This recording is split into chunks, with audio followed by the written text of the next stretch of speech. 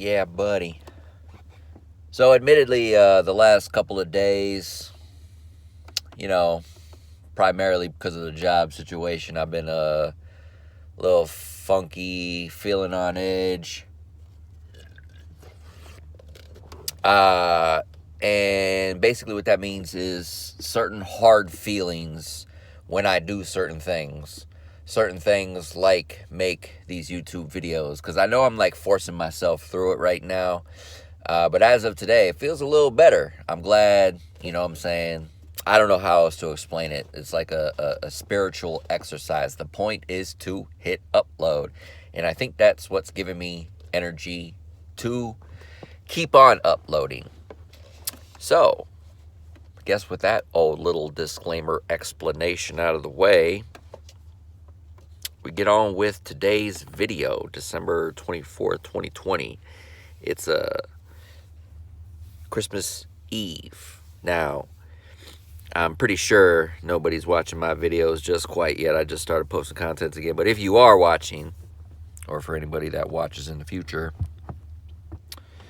I hope you're not expecting some kind of Christmas special. First of all, I'm still not completely thrilled with the celebration of actual holidays.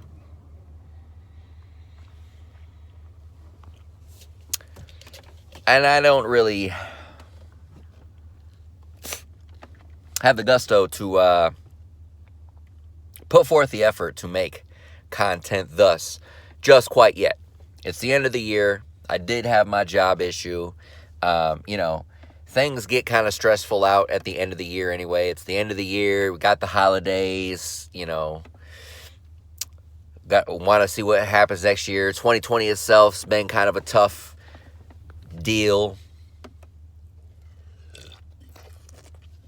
So again, not really a Christmas special, but more just, same old, unscripted, not pre-planned, not pre-written down, not, any kind of idea on any story to tell. Really just documenting right now as many things as I can about what's going on in my life. Pretty much is it. And most of that is coming in the form of these long-winded explanations, these talking head videos. I did my last video yesterday with a little bit of B-roll in it, and I do intend to do more of that in the future. But for now, I'm already up to 3 minutes on this video, and I just wanted to say that it's like New Year's Eve, or New Year's Eve, Christmas Eve. And despite the fact that I'm not necessarily celebrating holidays, it's Christmas Eve, as in not Thanksgiving, but I really kind of feel like maybe inappropriate to start reviewing a few things that I appreciate and am grateful for. And one of those is the fact that I've been pushing to upload this, very personal, kind of cringy content to start again. Hope I can stick with it. The fact that there wasn't but a day of downtime between losing my last job and getting my next job, so that's kind of a relief in a way. And interestingly enough, as documented, I do not feel as bad about losing my job as you might think I should. I feel surprisingly good about it. I gave up the most money I've ever made in my entire life, these incredible medical benefits, all the other perks and benefits that came with it. They were great on their PTO time and you know what I'm saying, giving out gift cards during the holidays and just all these odds and ends and stuff. And it's like, you know what, as good as that was, I'm not even necessarily missing it because, it was just kind of on my mind and on my heart, like, what I was putting myself through to get that pay and benefits.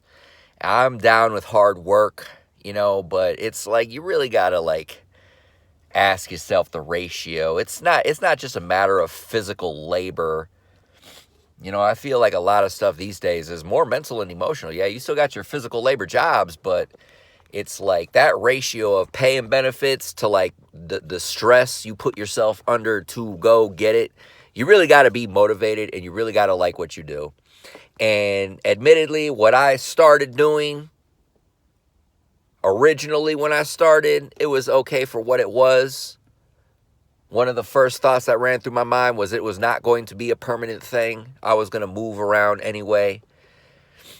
But because of the pay and the benefits, I kept on making sacrifices in my own head and basically dashing myself on a daily basis with the excuse on how good I was being paid.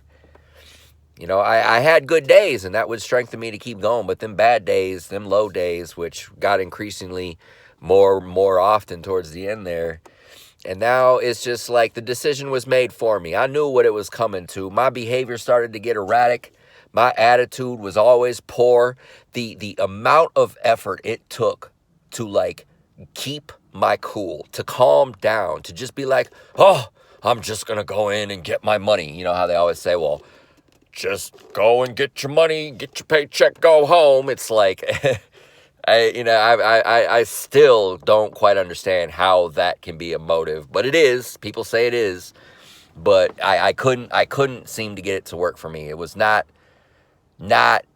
easy at all to change my attitude just to go in to get my paycheck. So I don't have to deal with that shit anymore. All right, I'm not complaining. I feel good.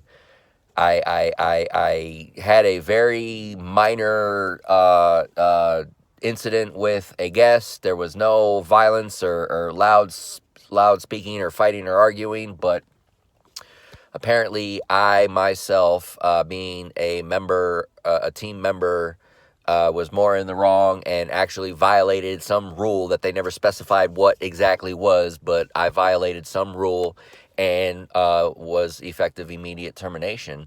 And so basically what that amounts to is my choice was made for me, and I am actually grateful that it was, because not even a week out, I'm already working again, moving on with my life. I've already, within this week, spent more time doing what I want to do and not having to stress out about going back to that place again. And so I guess that's primarily what this long-winded explanation is coming down to, about how good I feel, and I'm grateful for that. And that is despite potentially what could happen to me down the road here financially.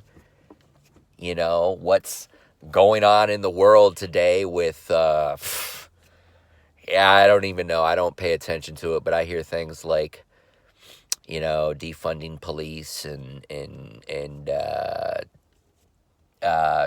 recently, what was this mutation? Apparently this pandemic we're going through, the virus has mutated in I believe it was the United Kingdom, they said.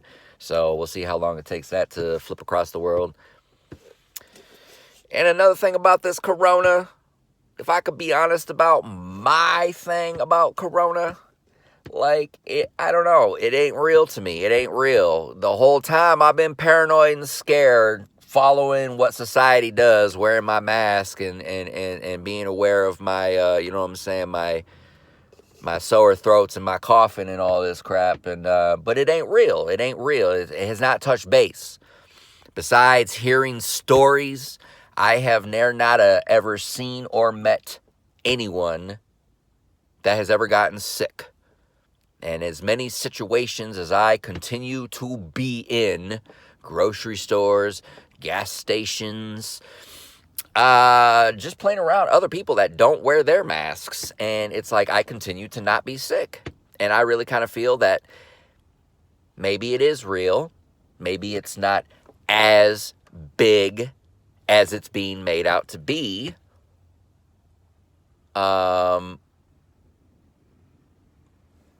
Maybe you don't have to be as scared as you think you do.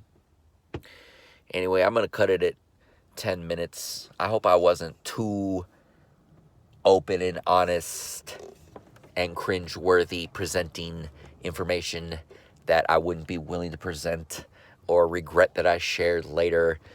Good thing I don't think I cursed too much in this video. You know what I'm saying? Now, my content's definitely not made for kids, but hey, kids, if you're watching and you happen upon my content, welcome. You know, this is real life for you. I hope you enjoy. And, you know what I'm saying? But yeah, probably more directed at people my age and adults. I'm going to say fellow kids. Kids like me that are now adults but never really grew out of being kids or struggled to mature out of kid things into adult things. So, because now when I upload these videos, I gotta say if my content's for kids. It's like, I don't know, maybe I might create some kid-specific content later, but yeah, I don't think so. Maybe not. Yeah, buddy.